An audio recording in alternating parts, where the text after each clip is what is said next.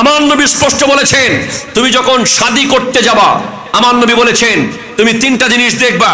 একটা তার বংশ দেখবা, আরেকটা তার সম্পদ দেখবা, আরেকটা তার পরহেজগারিতা দেখবা, তার দ্বীন দেখবা, সে নামাজি কিনা, সে ইমানদার, সে নামাজ ইসলামের নিয়ম কানুন জানে কিনা। তবে লাস্টে সিদ্ধান্ত নিবা ফাসপার বেজাতের দিন। সৌন্দর্য একদিন থাকবে না, ঠিক কিনা জোরে কথা বলেন। সম্পদ একদিন থাকবে না। মেয়ের বাবার প্রিমিয় গাড়ি একদিন থাকবে না। মেয়ের বাবার থেকে পাওয়া মোটর সাইকেল থাকবে না। মেয়ের বাবার থেকে পাওয়া দুবাইয়ের ভিসা থাকবে না। মেয়ের সৌন্দর্য থাকবে না। থেকে যাবে মেয়ের তাহাজ্জুদের নামাজ, ঠিক কিনা জোরে কথা বলেন। এখন দেখা যায় মেয়ে দেখতেছে ফেসবুকে আইডির নাম কি, অ্যাঞ্জেল জরিনা। তার ফেসবুকে দেখা যাচ্ছে সে এমন ভাবে ডিজাইন করে কাপড় পরেছে, চেহারা দেখা যাচ্ছে না, মনে হচ্ছে পৃথিবীর সর্বশ্রেষ্ঠ নেককার নারী ফেসবুক আইডিতে। কিন্তু যখন আপনি বাস্তবে দেখলেন ডান্সার, ঠিক কিনা জোরে কথা বলেন, টিকটকার। খবরদার, আমার নবী স্পষ্ট বলেছেন তুমি যখন শাদী করতে যাবা, আমার নবী বলেছেন তুমি তিনটা জিনিস দেখবা। একটা তার বংশ দেখবা, আরেকটা তার সম্পদ দেখবা, আরেকটা তার পরহেজগারিতা দেখবা, তার দ্বীন দেখবা, সে নামাজি কিনা, সে ইমানদার, সে নামাজ ইসলামের নিয়ম কানুন জানে কিনা। খুব ইম্পর্টেন্ট পরহেজগার দেখা। সুবহানাল্লাহ। এই পৃথিবীর প্রথম সম্পর্ক হলো স্বামী আর স্ত্রী। The first relation of this আর্থ। এই জগৎ সংসারে মানুষে প্রথম আত্মীয়তা, প্রথম সম্পর্ক, এটা বাপ মা, ছেলে মেয়ে, ভাই বোন, খালা ফুফা নয়। প্রথম রিলেশন আদম আর হাওয়া, দুজনের সম্পর্ক ছিল স্বামী আর স্ত্রী। এজন্য কোন এক গায়ক বলেছে, স্বামী আর স্ত্রী বানাইছে কোন মিস্ত্রি। ঠিক কিনা কথা কন তো? হ্যাঁ। তো প্রথমে আপনাকে মেন্টালি তৈরি হতে হবে আজকে বিয়ের দিন, যে আমি আমার ঘরে যে বিবিটা নিয়ে আসব, এবং আপনার বিবিকে এই প্রিপারেশন নিতে হবে যে আমি যেই স্বামীর সংসারে যাব, আমি তার সংসারে লাল শাড়ি পরে যাচ্ছি, সাদা শাড়ি পরে বের হব। ঠিক কিনা জোরে কথা। সাদা মানে কাফন, কি বলতো? কাফন।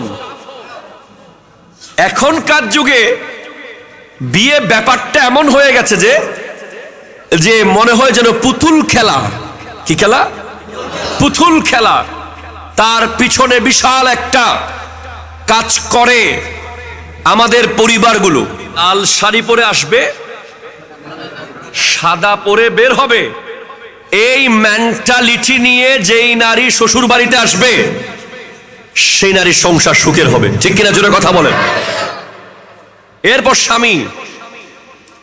স্বামীকে মনে রাখতে হবে যে আমার বাসায় যে মেয়েটাকে আমি আনছি, সে তার গোটা জীবনের বেড়ে ওঠার যে গল্প, তার পড়ার টেবিল, তার কলমদানি, তার সুন্দর বেডরুমের ডিজাইন, তার প্রিয় ব্যাগ, তার প্রিয় আলমারি, তার সবচেয়ে প্রিয় বাবা। ঠিক কিনা জোরে কথা বলেন। তার সবচেয়ে প্রিয় মা, তার ভাই, তার বোন, তার উঠান, তার পুকুরের ঘাট, তার সেই জন্মের পর থেকে এই পর্যন্ত বেড়ে ওঠার যে সমস্ত স্মৃতি, সমস্ত এলিমেন্টস, সবগুলোকে এক মিনিটে কোরবান দিয়ে ওই নারী চলে আসছে আপনার বাসায়। ঠিক কিনা জোরে কথা বলেন। একজন পুরুষ পর্যন্ত বাপ মাকে ছেড়ে 3 দিনের বেশি থাকতে কলিজা ছিঁড়ে যেতে চায়। আপনি যদি এই কলিজা ছিঁড়া দেখতে চান, আপনাকে ঢাকা এয়ারপোর্ট যেতে হবে। আপনি যখন দেখবেন প্রবাসীরা 1 সপ্তাহ, 1 বছর, 3 বছর, 5 বছর পর আসতেছে, এমন এক অনুভূতি বাপকে দেখে, মাকে দেখে এমন ভাবে জড়িয়ে ধরে, মনে হচ্ছে হাজার হাজার বছর পর দেখতেছে। কলিজা ফেটে যায়। আর যারা প্রবাসে থাকে, হঠাৎ যখন মন কাঁদে, চাইলেই দৌড় দিতে পারে না। ঢাকায় থাকলে তো দৌড় দেওয়া যেত, চিটাং থাকলে ঢাকা যাওয়া যেত, দুবাই থেকে আর আসা যায় না। তো ওখান থেকে গেস করেন, ওখান থেকে বুঝেন, যেই মেয়ে আপনার বাসায় আসবে তাকে আপনাদের সবাই মিলে মেন্টালি তাকে সব সময় ভালো রাখতে হবে, ঠিক কিনা জোরে কথা বলেন। এমনিতেই বাপ ছেড়ে, মা ছেড়ে, সংসার ছেড়ে, সব ছেড়ে চলে আসছে। এরপরে আবার আমাদের সমাজে একদল মানুষকে দেখা যায়, ওই নারী অলরেডি সে আধা মরা হয়ে গেছে তার বাড়ির সব ছেড়ে চলে আসার পর, এর উপরে তাকে ফার্নিচারের জন্য ইমোশনাল ব্ল্যাকমেল, তাকে কোরবানের গরুর জন্য প্রেসার, ঠিক কিনা জোরে কথা বলেন। অনেক পরিবারে দেখা যায় অল্প বয়সে মেয়েরা ডায়াবেটিসের রোগী হয়ে যাচ্ছে, ওরা হাই ব্লাড প্রেসার হয়ে যাচ্ছে, কারণ ওইদিকে তার বাবা ঋণ করে সারা জীবনের সমস্ত সম্পদ দিয়ে মেয়েকে বিয়ে দিয়েছে। এরপরে আবার সারা বছরের যে দেওয়ার যে প্রোগ্রাম, এই সেই অমুক সমুক, এই জুলুমের মাধ্যমে ওই মেয়ে না শ্বশুর শাশুড়িকে বুঝাইতে পারে, না তার বাপ মাকে বুঝাইতে পারে, মাঝখানে সে মারাত্মক অসুস্থ হয়ে যায়। তার সুন্দর জীবন, তার যৌবন, তার সুখের সংসার ধ্বংস হয়ে যায়। এটা একটা ভয়ঙ্কর জুলুম, ঠিক কিনা জোরে কথা বলেন। এই জুলুম আমরা করতে চাই না। এবার রেসপন্সিবিলিটি শ্বশুর শাশুড়ি যারা এই মেয়েকে রিসিভ করবে তার বাপ মার হাত থেকে। আমার নবীর স্পষ্ট হাদিস, আমার নবী স্পষ্ট বলেছেন, আল মুতাহাব্বুনা লি জালালি লাহুম মানাবিরু মিন নূরিন। এটা হাদিসে কুদসি, রব্বুল আলামিন বলছেন, قال الله تعالى في حديث القدسي আল মুতাহাব্বুনা লি জালালি লাহুম মানাবিরু মিন নূরিন ইয়াগবিতুহুমুন নাবিয়্যুনা ওয়াশ শুহাদা। যারা আল্লাহর জন্য আল্লাহর কোন বান্দাকে মোহাব্বত করবে, আল্লাহর ভালোবাসা পাওয়ার জন্য আল্লাহর কোন বান্দাকে ভালোবাসবে, যেই শাশুড়ি তার ছেলের বউকে নিজের মেয়ে মনে করবে, যেই বিবি তার শাশুড়িকে নিজের মা মনে করতে পারবে আল্লাহর জন্য, তাদের জন্য কিয়ামতের মাঠে আল্লাহ নূরের মিম্বর বানিয়ে দেবে। নূরের মিম্বর। কয় হাজার অটোবির ফার্নিচারকে এক জায়গায় করলে, কয় কোটি হাতিলের ফার্নিচারকে এক জায়গায় করলে নূরের মিম্বর হবে? অসম্ভব। এই মিম্বর কিয়ামতের মাঠে থাকবে। যদি আপনি আজকের দিন থেকে আপনার পুত্রবধূকে নিজের মেয়ে মনে করেন, আর সেই নারী যদি আপনাকে নিজের মা মনে করে ট্রিট করতে পারে, নিজের মেয়ের দোষ মা দেখে না, ঠিক কিনা জোরে কথা বলেন। মেয়ের দোষ মা দেখে না। এই মেয়ের দোষও আপনি দেখবেন না, তাকে শুধরে দেবেন। যখন যা মিস্টেক মনে হয় আদর করে সিনার সাথে জড়িয়ে তাকে শুধরে দেবেন। তখন দেখবেন আল্লাহ তাআলা আপনার উপর দয়া করছে, আপনার বিভিন্ন রকম মুশকিল আসান হয়ে যাচ্ছে। কারণ মনে রাখতে হবে, এই মেয়ের উপরে আল্লাহ এবং রাসূলের স্পেশাল দয়া আছে। আল্লাহ যার উপর রাজি হয়, আল্লাহ যার উপর আল্লাহ যার ভালো চায়, আল্লাহ যার তাকে ছেলে সন্তান দেয়। কি সন্তান দেয় বলেন? আল্লাহ যার কি চায়? ভালো চায়, দেয় কি দেয়? আর আল্লাহ যার উপরে সন্তুষ্ট হয়ে যায়, একটু জোরে বলেন না সুবহানাল্লাহ। আল্লাহ যার কল্যাণ চায় তাকে ছেলে সন্তান দেয়। আর আল্লাহ খুদ যার উপরে সন্তুষ্ট, আল্লাহ যার উপরে রাজি, যার উপরে আল্লাহ খুশি, তাকে আল্লাহ মেয়ে সন্তান দান করেন। সেজন্য বাজার থেকে আসলে মেয়ের হাতে আগে দেবেন। কার হাতে আগে দেবেন বলছেন না কেন আপনারা? বাজার থেকে কিছু আনলে আগে কার হাতে দেবেন? মেয়ের হাতে। মেয়ে এটা আল্লাহর বিশেষ নেয়ামত। আমার নবী এই পৃথিবীতে এসে সবচেয়ে ইম্পর্টেন্ট রেগুলেশনারি চেঞ্জ গোটা দুনিয়াকে যেটা তাক লাগিয়ে আমার নবী করেছেন, সেটা হলো নারীদেরকে কাউকে মা বানিয়ে দিয়েছেন, কাউকে বোন বানিয়ে দিয়েছেন, কাউকে বিবির মর্যাদা দিয়েছেন। আমার নবী স্পষ্ট বলে দিয়েছেন যে হুব্বিবা ইলাইয়া মিন দুনিয়াকুম সালাস, এই পৃথিবীতে আমার তিনটা জিনিস বড় প্রিয়। তার মধ্যে এক নম্বর হলো আন-নিসা, মা জাতি। কোন জাতি? মা জাতি। নারী জাতি আমার নবীর সবচেয়ে বেশি প্রিয়দের একজন। কারণ এই নারী যখন কবরে দেওয়া হতো জীবন্ত, আমার নবী এসে তাদেরকে কবর থেকে তুলে মায়ের মর্যাদা, বোনের মর্যাদা, স্ত্রীর মর্যাদা দিয়েছেন। জোরে বলেন সুবহানাল্লাহ। আজকের দিনে আমাদের সমাজে আমরা দেখছি বিয়ে কঠিন করে ফেলা হয়েছে, জেনা সহজ করে দেওয়া হয়েছে, ঠিক কিনা বলেন তো? বিয়ে কঠিন কেন? দুই কারণে। একটা হলো কাবিন, আরটা হলো বৈরাত। একটা কাবিন আর একটা কি? বৈরাতি। কাবিন বেশি তাই যুবক বিয়ে করতে পারছে না, বৈরাতি বেশি তাই যুবতীকে বিয়ে দেওয়া যাচ্ছে না, ঠিক কিনা? জোরে কথা বলেন।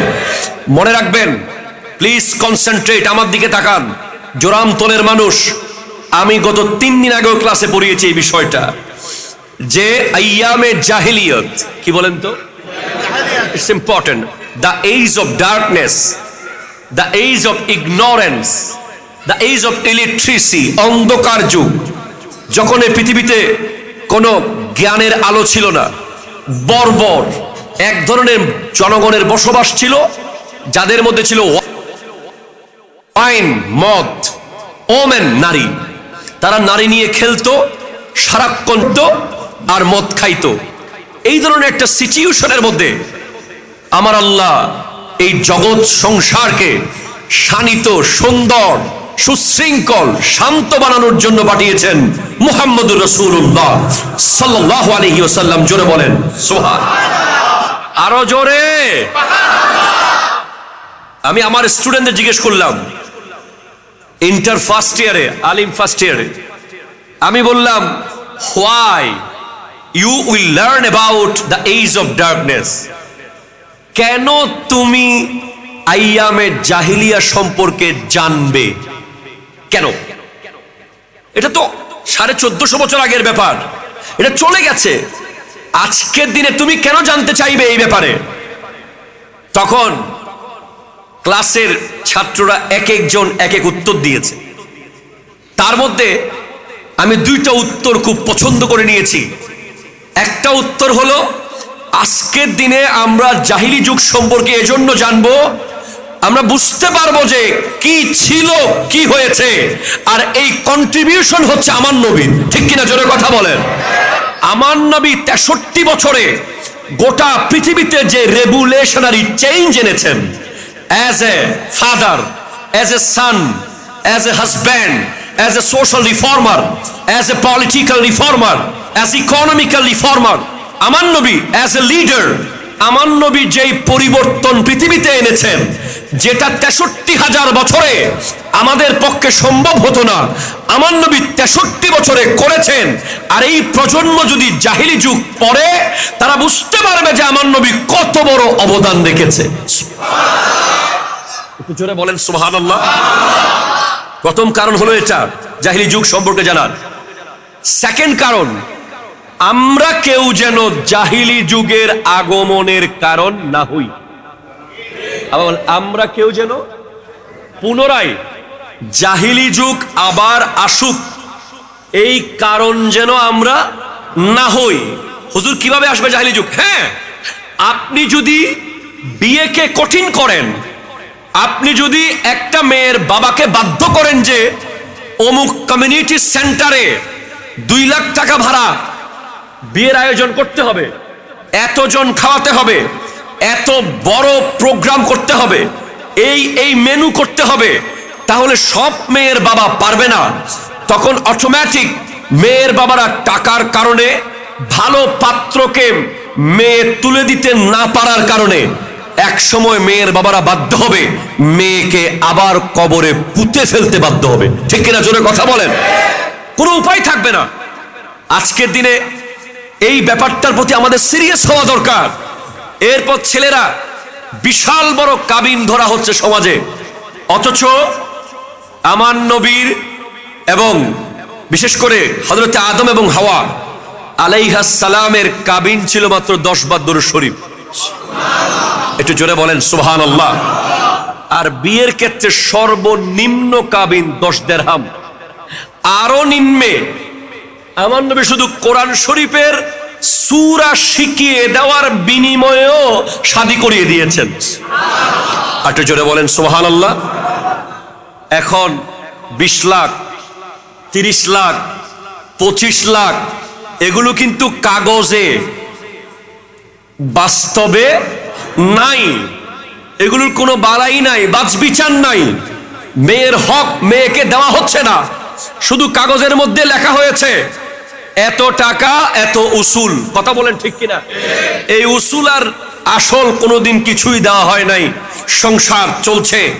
অথচ যেই বিয়ে টেকার সেটা 1 লাখ টাকাতেই টিকে যাবে, সেটা 20,000 টাকাতেই টিকে যাবে, আর যেটা টেকার না সেটা 20 কোটি টাকাতেও টিকবে না। ঠিক কিনা? জোরে কথা বলে।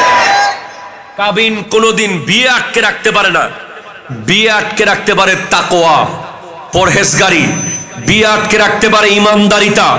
বিয়ে আটকে রাখতে পারে পরহেজগারিতা। বিয়ে আটকে রাখতে পারে নেককার, আবেদা, সালেহা, জাহেদা, তৈয়বা, তাহেরা বিবি যদি আপনি নিয়ে আসেন, সেই বিয়ে টিকবে। আর ছেলে যদি আবেদ, সালেহ, মুত্তাকি হয়, বিয়ে টিকবে। এখন দেখা যায় মেয়ে দেখতেছে ফেসবুকে, কথা কোন ঠিক কিনা জোরে বলে। মেয়ের ফেসবুক আইডির নাম কি? অ্যাঞ্জেল জরিনা। কথা কয় না ঠিক কিনা জোরে বল। কি জরিনা? অ্যাঞ্জেল জরিনা। তার ফেসবুকে দেখা যাচ্ছে সে এমন ভাবে ডিজাইন করে কাপড় পরেছে, চেহারা দেখা যাচ্ছে না, মনে হচ্ছে পৃথিবীর সর্বশ্রেষ্ঠ নেককার নারী ফেসবুক আইডিতে। কিন্তু যখন আপনি বাস্তবে দেখলেন, সে তো মারাত্মক ভয়ঙ্কর রকমের উগ্র ডান্সার। ঠিক কিনা জোরে কথা বলে। টিকটকার। খবরদার, আমার নবী স্পষ্ট বলেছেন, তুমি যখন শাদী করতে যাবা, আমার নবী বলেছেন তুমি 3টা জিনিস দেখবা। একটা তার বংশ দেখবা, আরেকটা তার সম্পদ দেখবা, আরেকটা তার পরহেজগারিতা দেখবা, তার দিন দেখবা, সে নামাজি কিনা, সে ইমানদার, সে নামাজ ইসলামের নিয়ম কানুন জানে কিনা। তবে লাস্টে সিদ্ধান্ত নিবা ফাসপার বেজাতের দিন। সৌন্দর্য একদিন থাকবে না, ঠিক কিনা জোরে কথা বলে। সম্পদ একদিন থাকবে না। মেয়ের বাবার প্রিমিয় গাড়ি একদিন থাকবে না। মেয়ের বাবার থেকে পাওয়া মোটর সাইকেল থাকবে না।